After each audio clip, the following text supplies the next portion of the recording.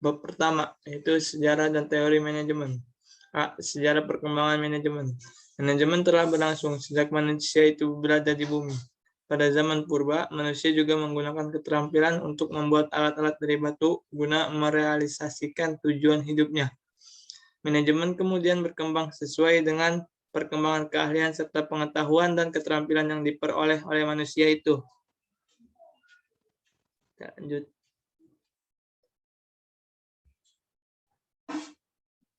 B. Evolusi teori manajemen. Teori ilmiah menurut perintis dan pencetusnya. 1. Robert Owen. Menurutnya peranan SDM sebagai kunci keberhasilan perusahaan. Peranan manajer berfungsi sebagai pembaru dalam manajemen SDM. Yang kedua, Charles Babbage. Ia percaya bahwa penerapan prinsip-prinsip ilmiah dalam proses kerja akan dapat meningkatkan produktivitas kerja dan dapat menekankan biaya-biaya. Yang ketiga, Frederick W. Taylor menekankan bahwa antara waktu penyelesaian pekerjaan dapat dikorelasikan dengan upah yang diterima.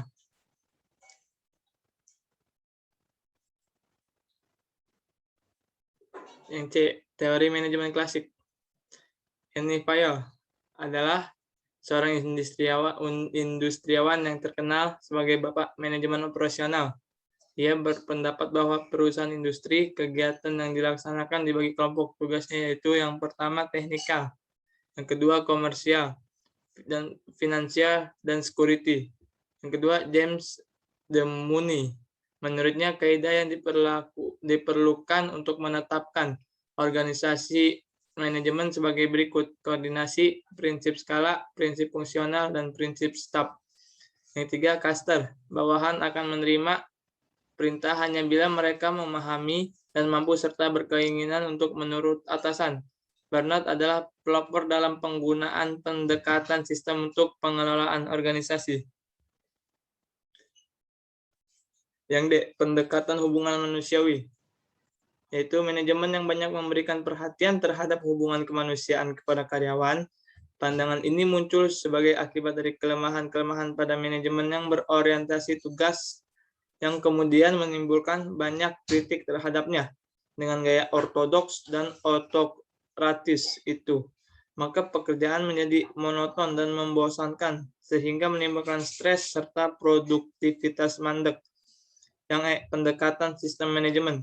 Manajemen dapat dipandang sebagai suatu sistem terbuka yang berinteraksi dengan lingkungannya dalam proses mengubah input atau masukan sumber daya menjadi output atau keluaran produk, barang, dan jasa. Lingkungan input merupakan aspek yang terpenting dalam suatu sistem yang terbuka. F. Pendekatan kontingensi. Dalam pendekatan ini yang dicari bukanlah cara-cara terbaik untuk mengatasi situasi, melainkan berusaha membantu manajer untuk dapat memahami perbedaan situasional dan menanggapinya dengan cara-cara yang tepat.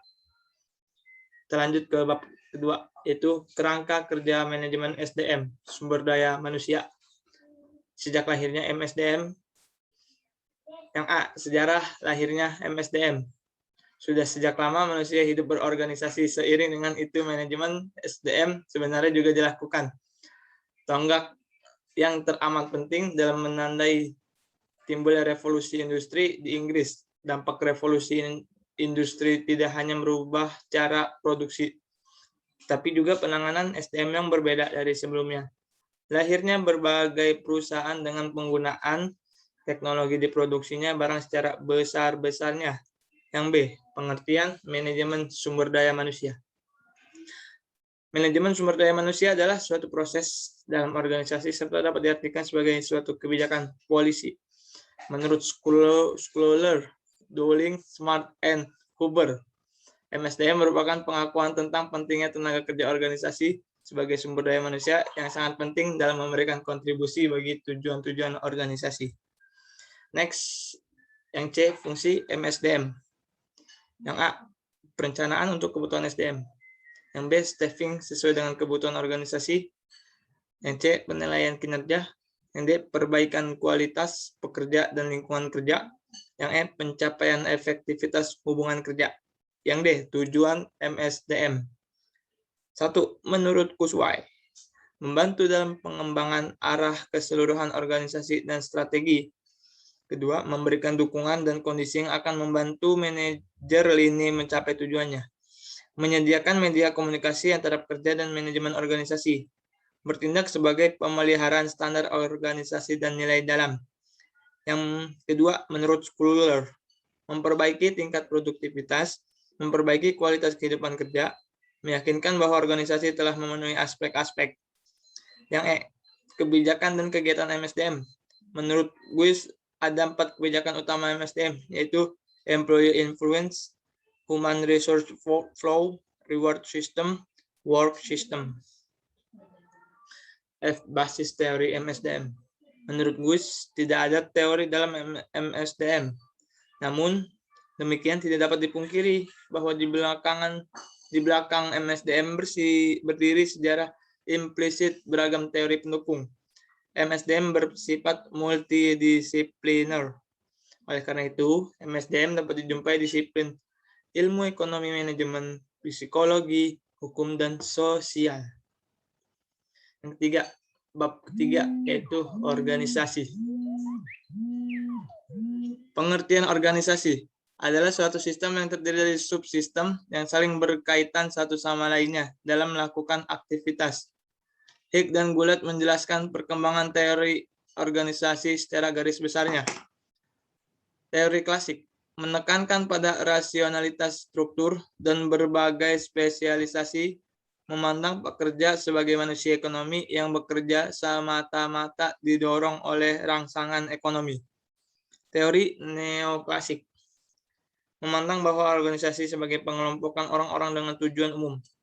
Asumsi yang digunakan mencakup aspek-aspek psikologis dan sosial dari pekerja.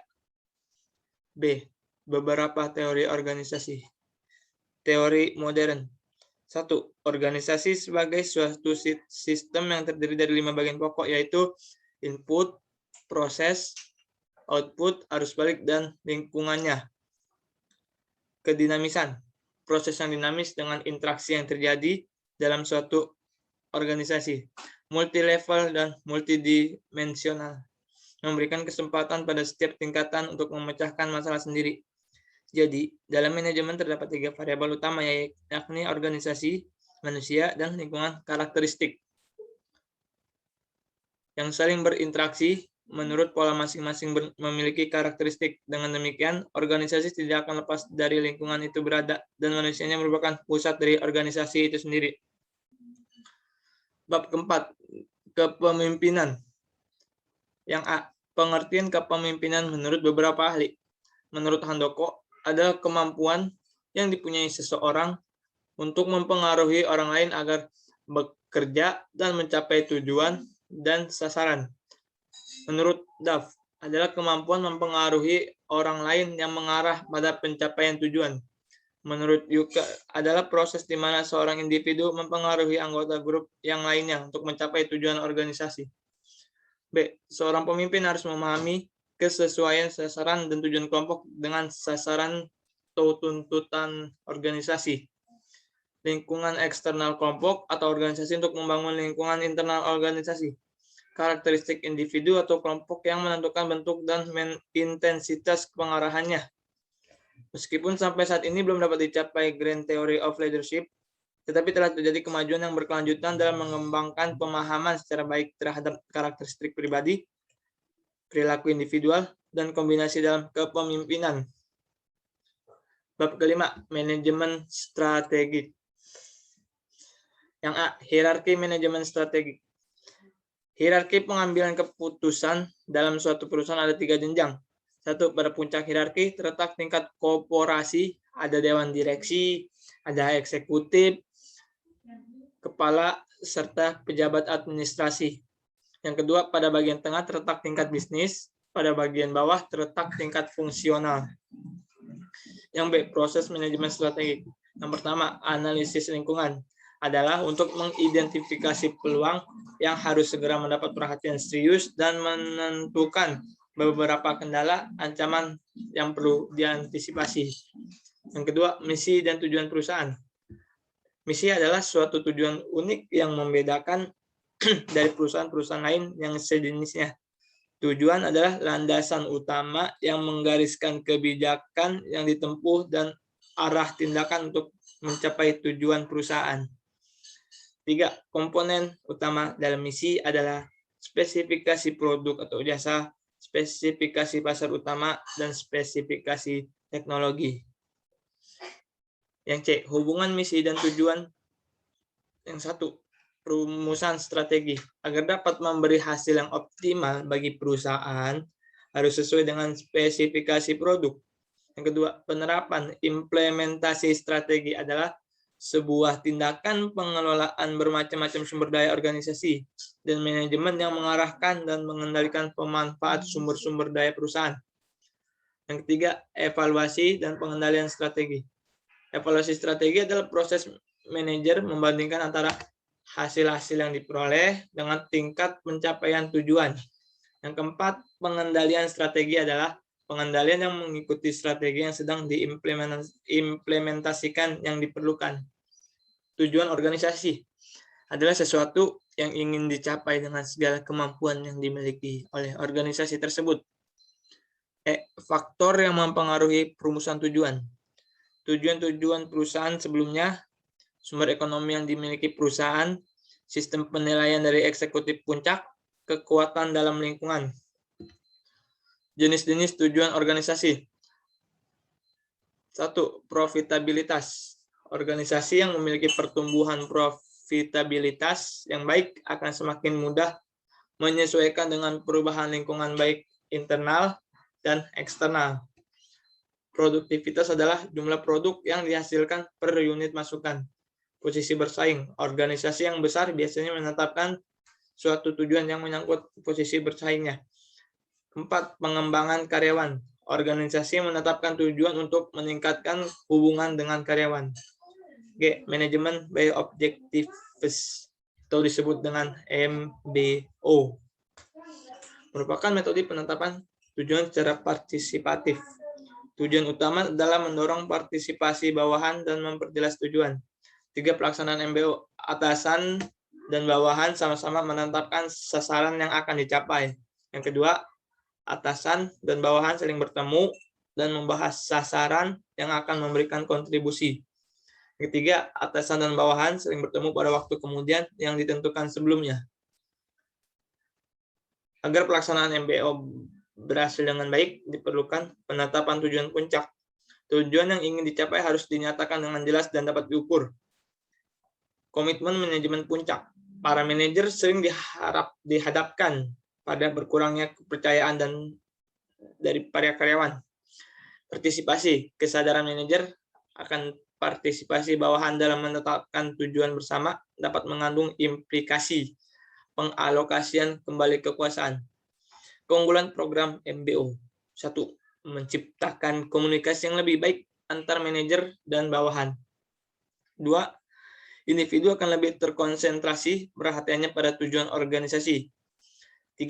Memperjelas individu tentang kegiatan apa yang harus mereka lakukan. Kelemahan program MBO. 1. Kelemahan intern. Penggunaan waktu dan tenaga yang cukup banyak yang diperlukan dalam proses MBO.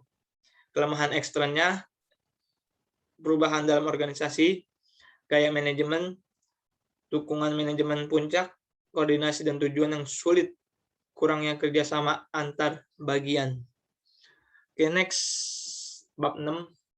Motivasi. Pengertian motivasi adalah tenaga yang menggerakkan jiwa dan jasmani untuk bertingkah laku dalam mencapai tujuan yang telah ditetapkan. B. Teori motivasi. Teori kebutuhan Maslow. Ada 3 macam asumsi dasar.